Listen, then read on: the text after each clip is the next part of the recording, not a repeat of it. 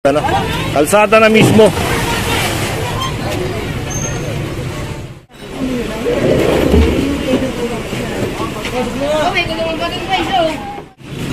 Yan ha, nag-announce na si sir kung meron may-ari o wala. Walang may-ari!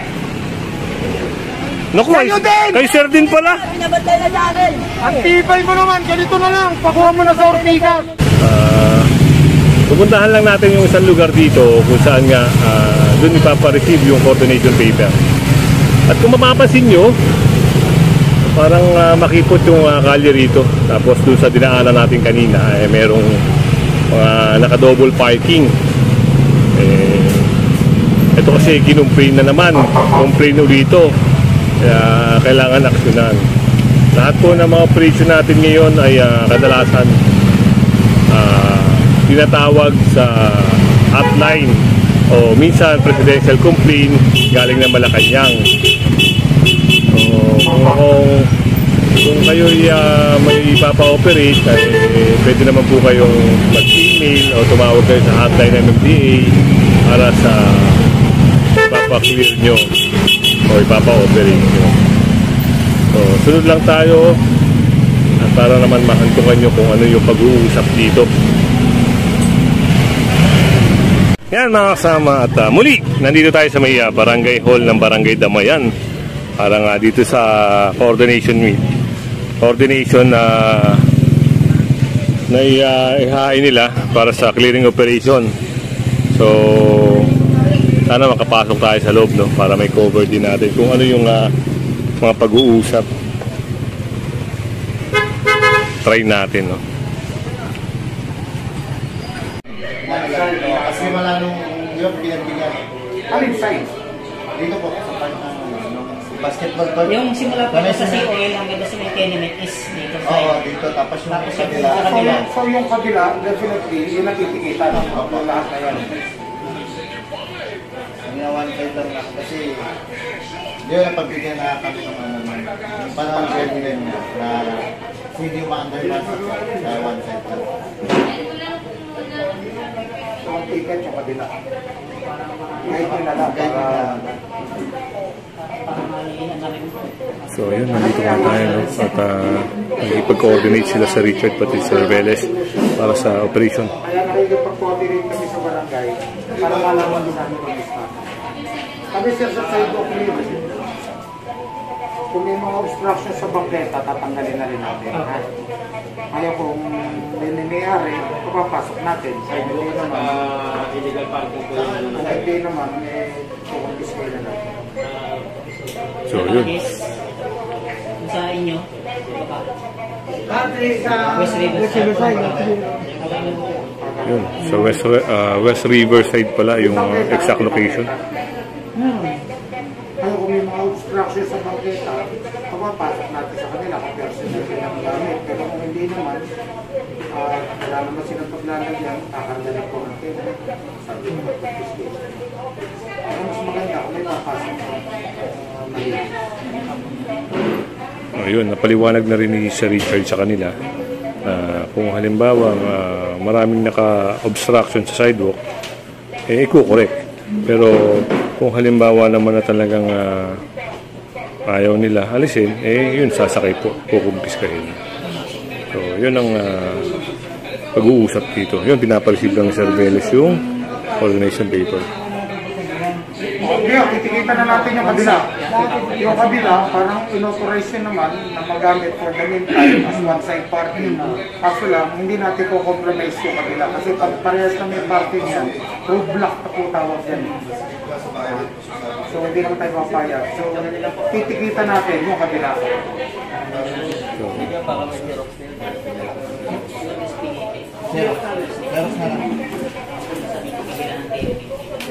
Pagkawat pag may obstruction sa sidewalk, matatanggal natin sa kanila. Hanggang maaari, mapapasok natin sa kanila. Pero failure to comply, nakapipilitan na tayo sa ganyan. Pero maganda ipasok nila para permanent solution tayo. Ayun ang gusto kasi ng MMDA makasama, yung permanent solution. Nakasama pala natin si Kagawad. Nabes na rin naman namin yung tayo. Natanggal na talaga yung Pero maganda rin, tapusin niyo yung ordinance niyo. Kung effective yung one-side parking, tuloy. Hindi naman. Sobrang dami sasakyan. Pero Ang problema namin, kaya dito, hindi namin pinapayagan kumukuha ng sasakyan na kumukuha ng permit. Oo. Kasi yung mga kumukuha ng mga sasakyan, may hindi ng permit sa barangay. Pinapaano. kaso lang, sa ibang barangay kumukuha yan. Eh kami, yung may walang talaga parking, yung bahay. Kahit yung sablay yung dapat yan ang mahigpit is the LTO. Kaya kung talagang nakasama. Kasi iba, sa picture, ibang bahay dito. Kaya na, Complain kasi nila doon, tuloy nga daw yan. May ginagawa na ng walo, dahil doon sa pagkakita. Kaya tuloy. kasi ang part dapat Kung buksan na natin parehas, kasawan. Buksan na natin. Once and for all, wala pa rin naman kayo ordinance. Wala kami. Ngayon, kung gusto ninyo, titikitan natin yung bilang side na kabila, papalis natin. Siguro pagka yung 5 minutes sila, Hindi po. ano yun, Actually yung 5 minutes, para maliwanag kayo rin. pagka may Yung 5 minutes is pag wala yung driver, titigitan siya for illegal parking unattended. Yun po yung...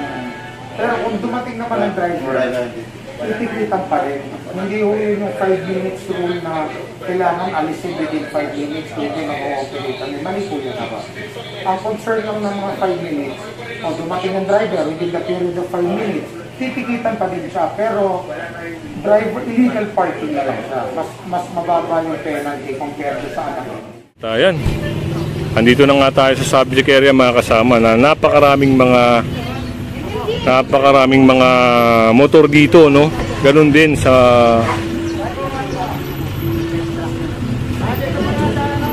parang one side parking, sir. Ito lang. So ito lang daw ata yung pagdating doon sa kabilang side naman. So yun, si sir na rin nagturo, no? Kagaya nito. Ito yung mga motorsiklo dito na napakaraming motorsiklo dito. Kagaya nito yun, tikita na.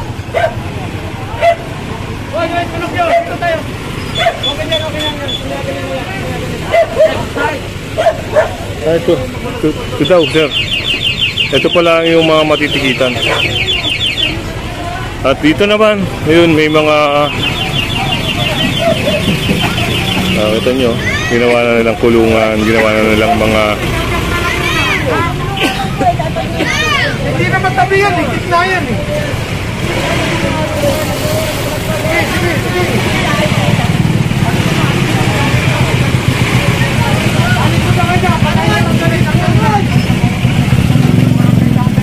napakarami. Oo nga naman sir, talagang napakaraming obstruction dito sa lugar na to.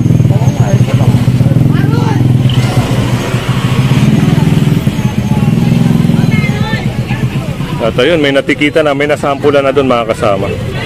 Una niya na yan, oh. Pinabas mo na rito yan. Ito. Talagang parang ginawa na nilang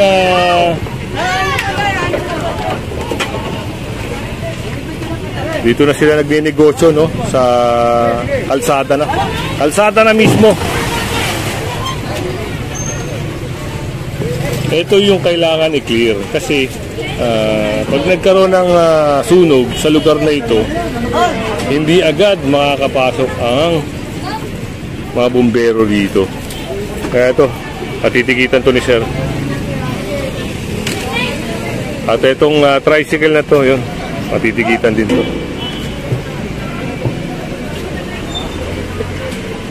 Ito, daming mga kalapate dito. Ito ang kailangan alisin.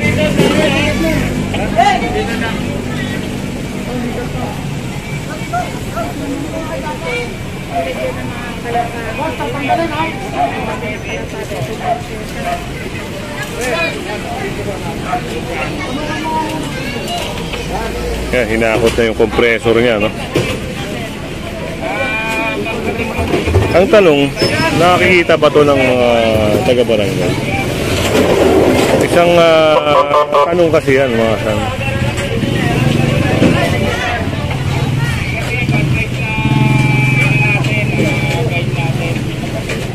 Ngayon, dito rin, meron ding pagbabaklas dito. Yan, Riverside pala to, Riverside.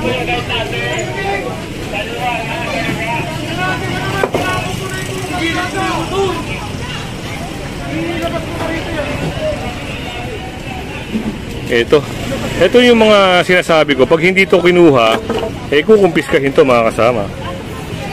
Lalo na, yan, yung mga kalapate na yan, sir, no, pwede i-donate to, no, sir? Oo, do-donate natin sa wildlife yan. Yun, sa inyo. Hindi ka talaga basta-basta makakapasok dahil nga ang daming nakabalandra. Kaya doon sa area na yun, marami ring natikitan doon, marami ring tinitikitan.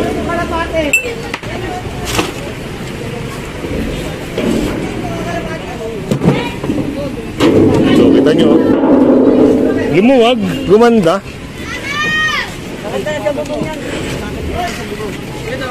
Sinasakop ko yung buko. Salamat ulit tayo.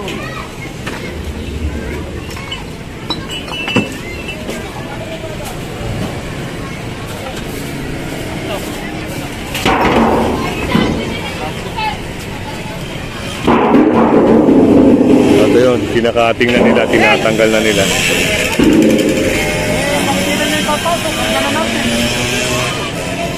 Papasukan ka ba? Baka wala ka naman papasukan doon. Sige, may papasukan daw siya.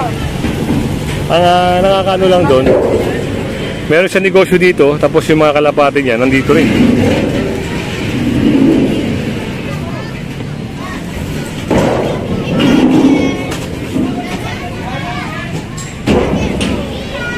Was around the road. Ayun, gaya na sinabi ni sir, no?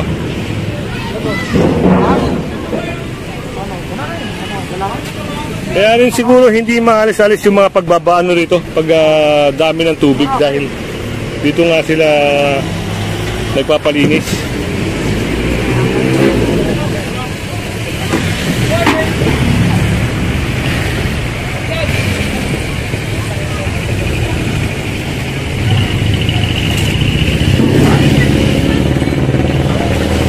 At dito, no? Ito nga, pag hindi nila pinasok to, sigurado isasakay. Kailangan ipasok nila.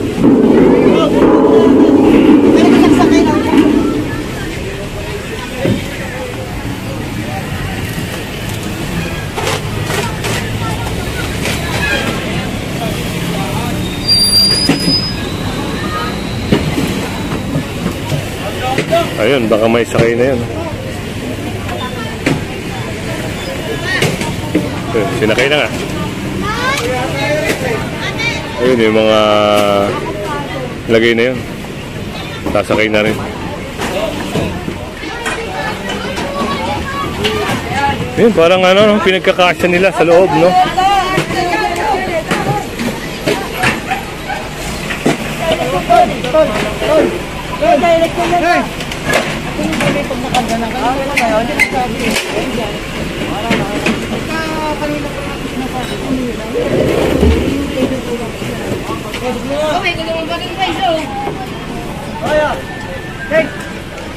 At ito, talagang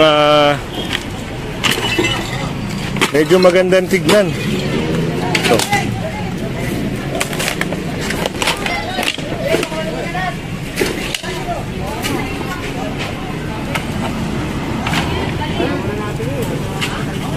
Anong mayari? Ayun, tinanong na kung may may-ari o wala, ano? Dahil kung wala, yan mga kasama, papasakayan. Yan ha, nag-announce na si sir kung meron may-ari o wala. Anong mayari? Naku, kay sir din pala. Ang tibay mo naman, ganito na lang. Pakuha mo na sa Ortigas. Parang hindi na ako naniniwala. Lahat na ikaw mayari. Doon na lang, dadali ko sa Ortigas. Pakuha mo na lang doon sa ano, ha? O yun, kagaya na ito. Dahil halos lahat pala ng mga nakalagay si sir ang may-ari. Kaya ito, sa Ortigas na ito dadalhin. Kunin na lang din kami Ortigas. Hindi talaga mayari eh.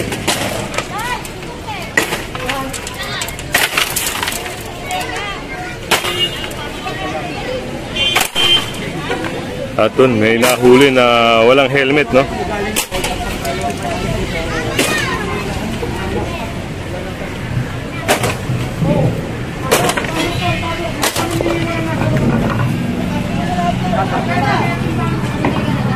Pati yung mga tindahan nila rito, no? Kailangan alisin nila.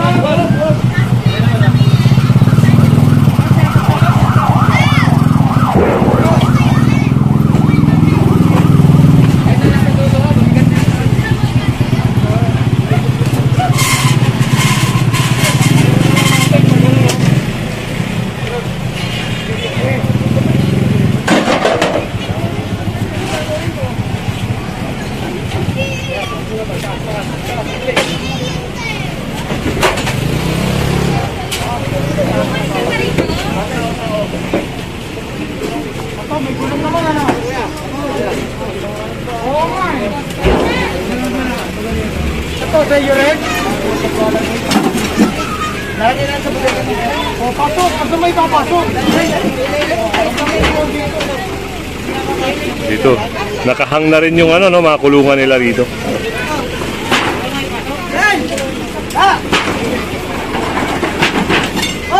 Pagmalasakitan nyo na. Sir, tama po, no? Kung kaya nila ipasok, okay. Pasok na nila. Kaya kung hindi kasi nila may papasok at iiwan nila sa karsada din, eh, mapipilitan tayo. Will be forced to confiscate. O yun, mga kasama, no? Para sa kaalaman nyo. Dahil nga parang merong memorandum ba, sir, o Kasi utos? tulad niyan, binibigyan natin sila ng consideration, ano, Opo. their advice. Kaso lang, kung hindi naman sila magko-comply, tinataboy na lang natin sila, inaayos nila, wala tayong magagawa. Okay. Will be banned for the resolution. O yun. Kailangan din namin kumpisan. Kailangan i-correct talaga, sir, no? Kailangan talaga ito. Yun, salamat, sir, no? At ito, kailangan din tanggalin to. Dahil isang obstruction dito. Napakalaking obstruction.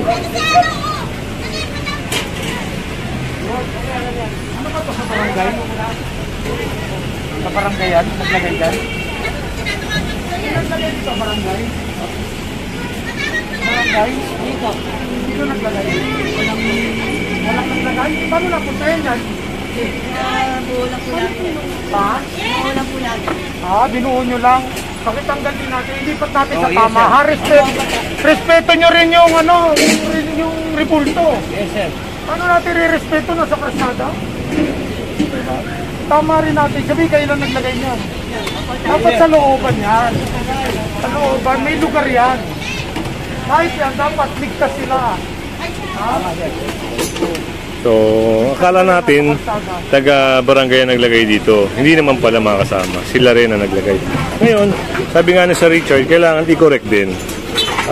Para naman, siyempre, ito kasi obstruction din eh. Ito, parang wala na silang paglalagyan dito. Atras mo na lang siya, ano yan? Atras mo na lang. Huwag na ako pumasok.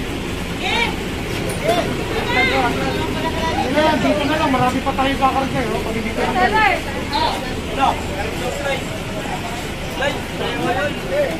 Atras na lang. Dito na lang. Marami pa tayo kakargay. Pag hindi na pinasok.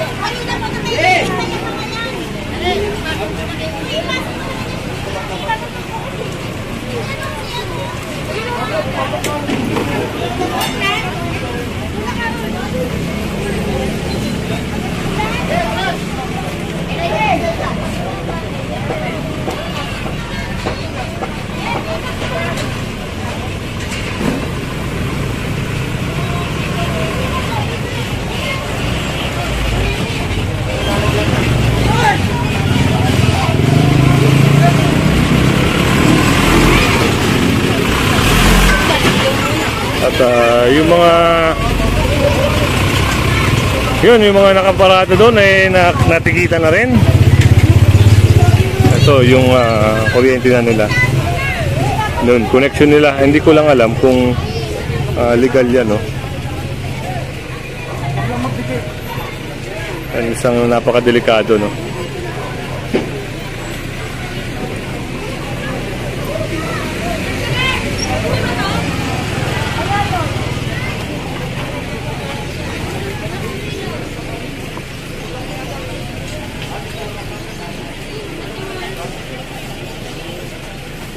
At dito rin may napansin din na mga kalapate rito, no?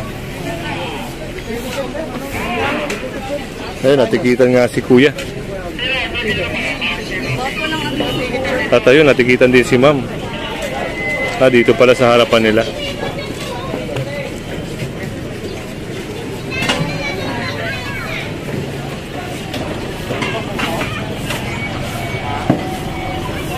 Dito may tinitibag na rin na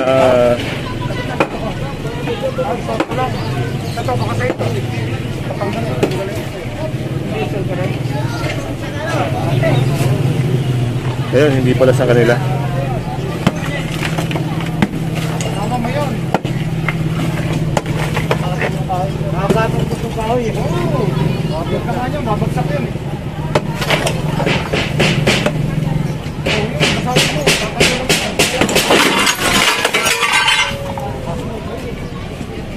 Diba, tama naman.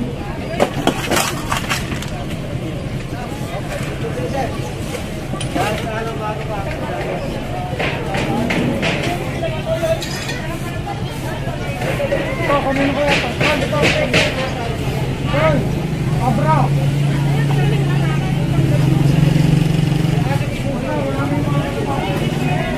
At kung hindi ka pa nakasubscribe sa ating channel, pasubscribe na lang po si Kuya Goods. At syempre, pahit na rin ang bell para lagi kang update sa ating mga video. Ha? Oo nga, kunin nyo nga. Itabi nyo nga. Tabi nyo. Pwede nyo tatabi. Makakarga natin.